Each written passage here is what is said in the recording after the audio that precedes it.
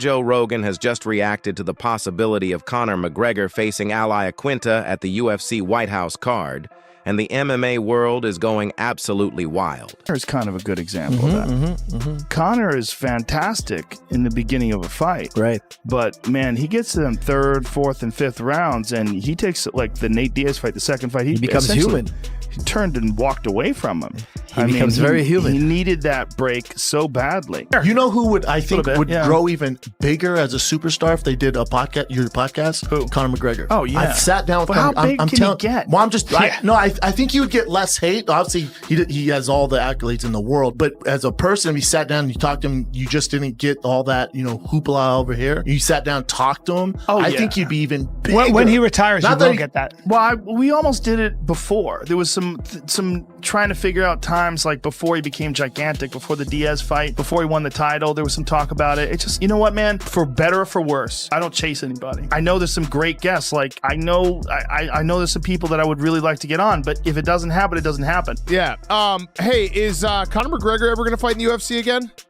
I mean, if you see, he's been posting videos of himself training. He's back in the pool now. He wants the White House fight. Okay. Because I've seen him train, but I've also seen him party a lot recently. I've seen a lot of photos of him recently. Yeah, there's been some photos. There's been a lot of things going around, so I didn't know if he was coming back.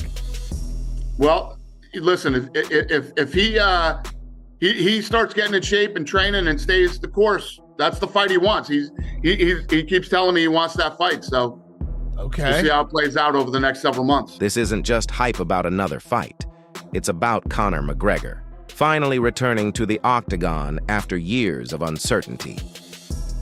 Dana White has made it clear that for the White House card, he only wants fighters he can trust. Jon Jones has been ruled out, seen as unreliable and unpredictable. But McGregor, despite all his controversies outside the cage, has been handpicked to headline the biggest UFC stage ever. That says everything about his star power and why Dana still sees him as the man who can deliver under the brightest lights. UFC's coming to the White House. Are you excited about this? I mean, have you thought about it? I mean, it's a pretty cool thing. I'm ecstatic the Mac is back. And what better event than to grace the White House lawn for a straighter? What I do best. I'm very, very excited, very eager, very motivated.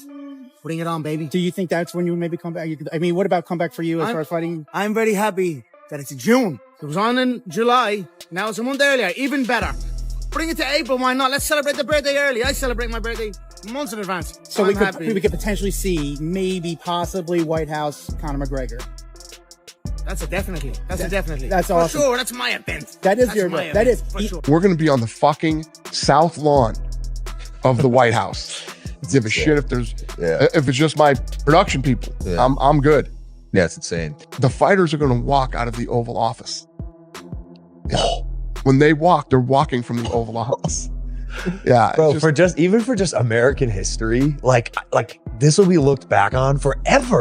I mean, even people in other countries will want to say. And the way that we're doing this thing, like let's say this is goofy, but this is the octagon, right? We're building this arch, almost like the St. Louis arch, like this. And the lighting grid will go above the octagon. So when we shoot this fight, right, this whole backdrop will be the White House. And then when the cameras move over and the fight's this way, it's all the Washington Monument, the monument on this side. Then there's a park that's sort of connected to the White House.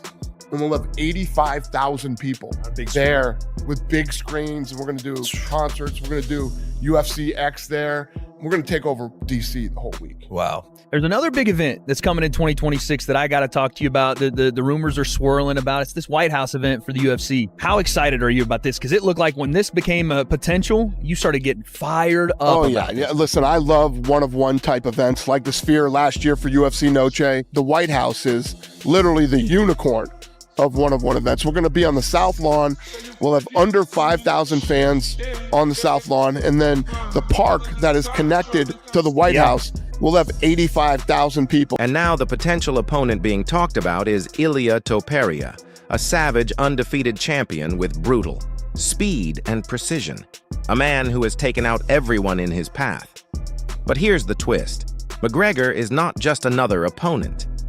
He's the fighter Dana White is betting on to carry the White House event. the one trusted to show up when Jon Jones could not.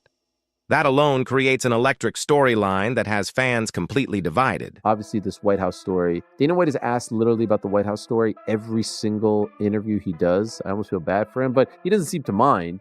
Dana White was on the Zach Gelb show. Zach does a great job, knows his stuff, asks pertinent questions, and asked Dana White about Jon Jones. And in that conversation, Dana White said something that I thought was very telling regarding Jon Jones. In case you missed it, here it is. You said Jon Jones called you, and he apologized. What was that conversation like? Well, it wasn't a conversation. He reached out. He wrote, like a text, saying, "Listen, sorry how this all played out," or whatever. I want to fight at the White House. I'm serious about that, and just one of those type of. Has that changed your view? No, not at all. No. So there's no chance he's gonna. Be No, I appreciate it. I appreciate him reaching out and doing that, but I need people I can count on for this fight, and I know who they are. I know who they are not. Gotcha. Well said. And so Dana White revealing that Jon Jones apologized to him, to me, is extremely telling. What is he apologizing for? I'll tell you what he's apologizing for, as I've said multiple times, and by the way, has not been refuted by anyone. At this point, you'd think someone, if it wasn't true, would have refuted it. Jon Jones wanted a lot of money. The number that I was told was $30 million. The UFC said no, then they said yes, and they got the money. They said, "We got you the money, let's go, you versus Tom Aspinall." He said he was in, took a few days, said he was out. I've told this story a million times now. No one has refuted it. By now, you hopefully believe me. And Dana White alluded to this when he made the announcement that Jon Jones had retired and they were stripping him with the belt, or he was vacating the title, whatever semantic you want to go with, and Tom Aspinall was now the new champ. He said he gave us his word and he backed out. And now Jon Jones is apologizing for doing that, or at least it has been revealed that he apologized for doing that. And what I think is very telling about this is, as I said last week, that interview that he did on the red carpet with his PR person, Jon Jones has buyer's remorse, or at least, what is the opposite of buyer's remorse? He didn't buy anything. He has some kind of remorse. You know what I'm saying? FOMO? Maybe FOMO is the word. Thank you, Frank. You're welcome. He does not want to miss out on what's happening next June, next July. It sounds like June at the White House. And he realizes he should have stuck around. McGregor, this fight is everything. It's his chance to silence the doubters who say he's finished, and to prove that the years away, the injuries and the setbacks mean nothing when the spotlight hits. Has gotten himself to a point where he is and will be, whether he stops fighting or not, one of the biggest superstars in sports, period. And he's gotten to a level of success in his life. He has to, I think, be motivated by something. He's accomplished everything, and especially financially. And now he's got to find something that truly motivates him to want to come back and do this again. Yeah. I don't know if the White House is it, but we'll see. Donald Trump may ask for him. Like, there's other factors involved here, no doubt about it. I also know from Dana White, he can hold a grudge. And when he says that he feels a certain way, he tends to stick to that. And so this is all very telling. But if you're wondering why he's apologizing, it's for that reason. He said he was in, and then he said he was out. And I think Dana White doesn't like to come out in front of the media and say this is 100% happening and then look like he was a liar, because I think he believed that if we got him the money, he was going to do it. And they did. And he didn't. And he'll remember that. And now he knows how much he wants to fight on this card, and so he'll say, no. You want to fight on another card? Great. Let's get a $25 million gate at the T-Mobile Arena.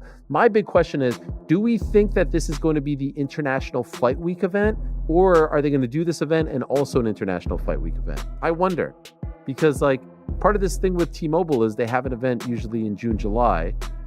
They've said 5,000 people is going to be at this event, or are going to be at this event. They will be missing out on a lot of business if they don't do a Vegas. People aren't going to be able to attend like they want to attend a UFC in the summertime. And so I do wonder if they're going to just replace it for this particular year or do a back-to-back. I wonder. It's the chance to steal McGregor's thunder, to take out the biggest name in the sport and claim his place as the new global superstar.